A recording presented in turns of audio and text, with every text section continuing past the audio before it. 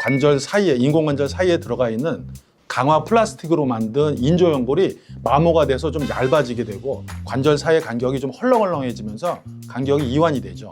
거창하고 힘든 수술일까요? 전혀 그렇지 않습니다.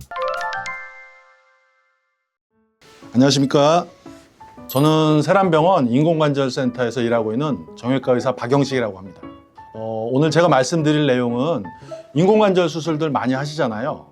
수술하고 나서 무릎이 아프신 분들이 종종 있습니다. 의외로 간단하게 인공관절 수술 후에 만성 통증을 해결할 수 있는 경우가 있습니다. 이 경우 놓치지 말고 괜히 고생하지 마시고 빨리 잘 찾아서 해결하시길 바라는 그런 의미에서 한번 말씀을 드려보려고 합니다. 인공관절 수술은 뭔지는 아시죠? 퇴행성 관절염이 심하게 있는 관절 표면을 얇게 벗겨내고 특수 합금으로 만든 인공관절을 무릎 속에 장착을 합니다. 그렇게 해서 무릎을 잘 부드럽게 움직일 수 있도록 만들어주는 건데, 여기서 몇 가지 중요한 점이 있는데 그 중에 한 가지 중요한 게 무릎을 똑바로 폈을 때 하고 구부렸을 때 관절 간격이 잘 맞아야 한다는 거예요. 이 간격이 잘 안 맞게 되면은 서서 걸어 다닐 때 똑바로 서 있을 때 무릎이 휘청할 수 있습니다. 휘청하게 되면 무릎 주변의 근육이나 힘줄이 긴장하게 되고 통증이 나타나게 되는 것이죠. 그러니까 편안히 앉아서 쉬면 괜찮다가 걸어 다니면 많이 아프다, 무릎 주변이 붓는다, 이런 경우에는 무릎 관절 간격이 잘 맞는지를 확인해야 됩니다. 그럼 수술이 잘못된 거예요? 수술이 잘못됐다기보다는 수술 후에 체질적인 문제나 여러 가지 다른 문제에 의해서 인대나 힘줄이 좀 늘어나는 경우가 있습니다. 그리고 또 세월이 지나면은 관절 사이에, 인공관절 사이에 들어가 있는 강화 플라스틱으로 만든 인조연골이 마모가 돼서 좀 얇아지게 되고 관절 사이의 간격이 좀 헐렁헐렁해지면서 간격이 이완이 되죠. 그러면 휘청거릴 수가 있으니까 이게 꼭 수술이 잘못됐다, 잘됐다, 이 증상만 가지고 판단하는 것은 좀 어렵습니다.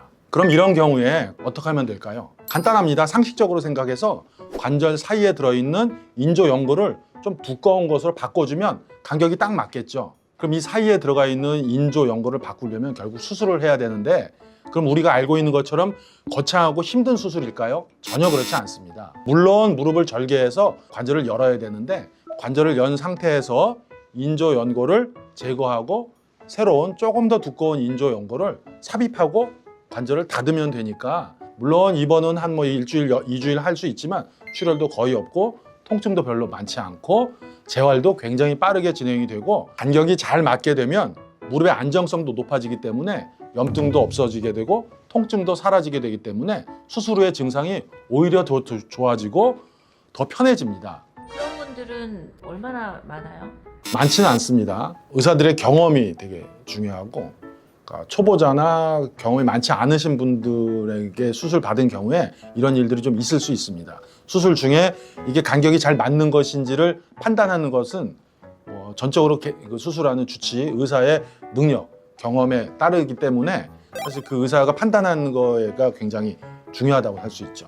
그런 간격의 불일치를 조금 해결하려고 나온 수술 보조 방법들이 내비게이션, 로봇, 이런 것들을 이용해가지고 하는 인공관절 수술들이 점차 개발되고 소개되고 있는 것이고, 로봇을 이용한 인공관절은 저희 병원에서도 계속 하고 있습니다. 관절 간격이 잘 안 맞아서 흔들거려서 아픈 건지 아니면 다른 부위에 염증이 있어서 아픈 건지를 잘 감별하는 게 중요하고, 인조연골이 좀 얇다든지 잘 안 맞는다, 그렇게 해서 확실하게 진단을 해서 수술하는 경우에는 간격을 잘 맞춰 놓으면 증상이 싹 없어집니다.